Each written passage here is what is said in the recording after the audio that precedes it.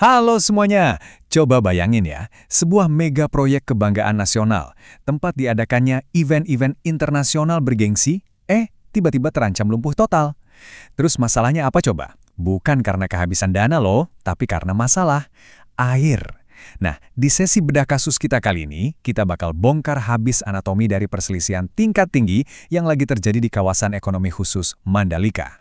Pertanyaan terbesarnya sekarang, kok bisa sih investasi asing yang nilainya sampai triliunan rupiah di Mandalika itu mendadak berhenti total? Maksudnya, ini kan bukan cuma perkara pipa bocor doang ya, ini menyangkut hidup matinya kawasan bergengsi tersebut, dan pastinya jadi ujian berat buat kepercayaan investor internasional di Indonesia. Jadi, yuk kita bedah secara objektif apa yang sebenarnya terjadi di balik layar. Untuk agenda kita hari ini, simpel aja. Pertama, kita bahas soal proyek air yang mangkrak ini. Terus, kita cari tahu akal konfliknya. Ketiga, kita lihat aksi saling tunjuk antara ITDC dan PAIA. Keempat, kita urai benang kusut birokrasinya. Dan yang terakhir, gimana intervensi dan solusi dari masalah ini. Oke, kita masuk ke bagian pertama, Project Air Mangkrak. Nah, sebelum kita nyemplung lebih dalam ke konfliknya, kita harus kenalan dulu nih sama para pemain kelas berat di balik infrastruktur ini. Jadi gini, PT Paya ini tuh bukan perusahaan sembarangan, bayangin aja, hampir 75% sahamnya dipegang sama konsorsium raksasa, gabungan dari Singapura, Amerika Serikat, dan Arab Saudi. Terus, 25% sisanya itu milik BUMN kita, Adikarya. Fakta ini aja udah ngasih tahu kita satu hal, sekecil apapun kerikil di proyek ini, gaungnya bakal langsung kedengaran sampai ke telinga komunitas bisnis global. Gak main-main kan? Terus, fasilitas apa sih yang sebenarnya lagi nganggur ini? Jawabannya adalah teknologi Seawater Reverse Osmosis, atau biasa disingkat SWRO. Kalau pakai bahasa gampangnya, ini tuh mesin desalinasi super canggih yang nyulap air laut jadi air bersih yang siap diminum. Fasilitas vital inilah yang ibaratnya jadi urat nadi buat Mandalika. Tapi yang bikin kaget, mesin-mesin sepenting ini sempat dimatiin gitu aja. Lanjut ke bagian kedua, akar konflik. Kita bakal telusuri gimana ceritanya sebuah kemitraan yang awalnya sangat strategis, pelan-pelan malah runtuh dan nemu jalan buntu. Semuanya tuh sebenarnya berawal manis banget di sekitar tahun 2015 sampai 2016, waktu ITDC ngundang investor buat ikut kebangun kawasan ini.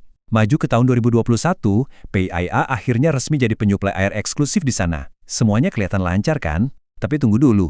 Di tahun 2022, tiba-tiba ITDC mulai ngegandeng PDAM lokal buat jadi cadangan. Nah, dari sini nih ketegangan mulai kerasa. Makin memuncak, sampai akhirnya di bulan Oktober 2024, operasional fasilitas asing tersebut berhenti total. Kemitraan yang tadinya solid langsung hancur berantakan. Nah, masuk ke bagian ketiga, ITDC vs PAIA. Di sini kita bakal ngelihat argumen dari kedua belah pihak secara berimbang. Soalnya mereka punya versi cerita yang benar-benar beda 180 derajat. Sumpah ini menarik banget ngelihat gimana dua pihak ini punya realitas yang bertolak belakang. Di satu sisi, ITDC ngaku kalau suplai air dari PAIA itu nggak bisa diandalin. Katanya sering mati, makanya mereka terpaksa cari pemasok cadangan. Tapi di sisi lain, PAIA ngebantah keras. Mereka bilang suplai mereka itu sempurna dan menuduh balik kalau ITDC itu sengaja bikin permintaannya seolah-olah stop, cuma biar ITDC bisa beli air dari anak perusahaannya sendiri. Wah, makin panas nih. Biar kalian bisa benar-benar ngerasa intensinya, coba dengerin kutipan langsung dari Waji, perwakilan dari pihak investor, waktu mereka lagi telekonferensi.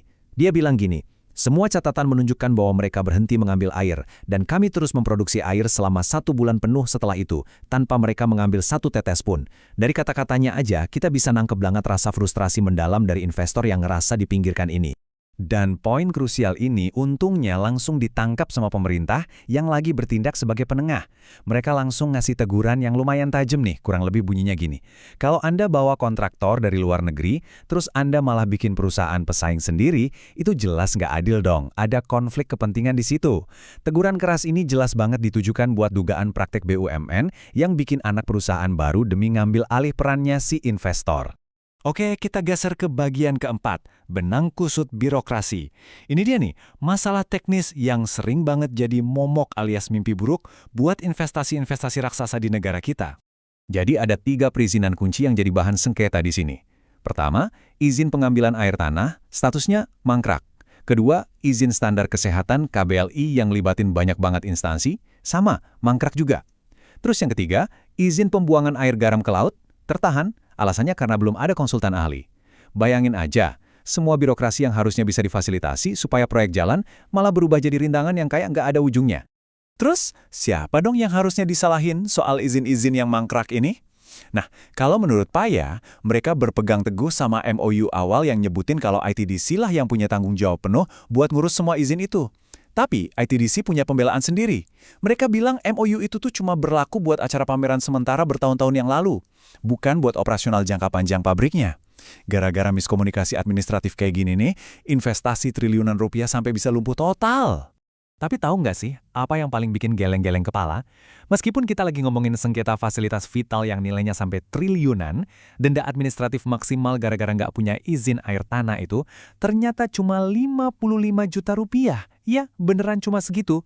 Fakta ini sampai disorot waktu mediasi, buat nunjukin kalau hambatan sepele di atas kertas tuh harusnya nggak boleh sampai mematikan urat nadi ekonomi sebuah megaproyek. Akhirnya kita sampai di bagian kelima, intervensi dan solusi. Karena kalau urusan antar perusahaan udah mentok dan nemu jalan buntu, campur tangan tegas dari atas itu jadi satu-satunya jalan keluar. Pemerintah pusat akhirnya nggak mau ambil pusing lagi dan langsung ngambil 4 langkah konkret. Pertama, administrator kawasan ekonomi khusus harus ngeluarin izin sementara saat itu juga, nggak pakai nanti. Kedua, PCAIA diminta buat langsung nurunin teknisinya ke lapangan. Ketiga, pabrik harus jalan lagi bebarengan sama proses ngurus izin finalnya. Dan yang keempat, ini yang paling menarik sih, pemerintah pusat langsung ngawal proses ini lewat rapat Zoom mingguan. Bener-bener udah nggak ada lagi ruang buat nunda-nunda. Dan respons dari intervensi tegas itu bener-bener instan banget. Begitu pemerintah ngasih jaminan kepastian, Waji dari pihak investor langsung nyambut dengan antusias. Kami bisa memobilisasi staf dalam 4 hingga 6 jam ke depan, kami bisa bawa tim kembali ke fasilitas. Bukti nyata kan, kalau modal asing itu selalu siap gerak cepat. Asalkan aturannya jelas dan nggak ada permainan di bawah meja. Pada akhirnya, mandat dari resolusi ini udah sangat amat jelas. ITDC diwajibkan buat berkoordinasi penuh, transparan, dan yang paling penting harus membersihin diri dari segala macam bentuk konflik kepentingan. Pesan utamanya, BUMN itu harus jadi fasilitator yang baik. Bukan cuma supaya air bisa ngalir lagi ya, tapi buat ngembaliin kepercayaan dunia internasional demi masa depan Mandalika itu sendiri. Nah, kasus ini akhirnya ninggalin satu pertanyaan kritis nih buat kita semua. Kira-kira, apakah intervensi pemerintah yang super cepat dan top-down ini benar-benar bisa balikin rasa percaya investor asing dalam jangka panjang buat masuk ke kawasan ekonomi khusus kita? Atau jangan-jangan ini cuma sekedar solusi plester sementara aja? Gimana menurut kalian? Oke deh, terima kasih udah nemenin saya ngebedah kasus ini sampai akhir. Tetaplah kritis dan sampai jumpa di analisis kita berikutnya.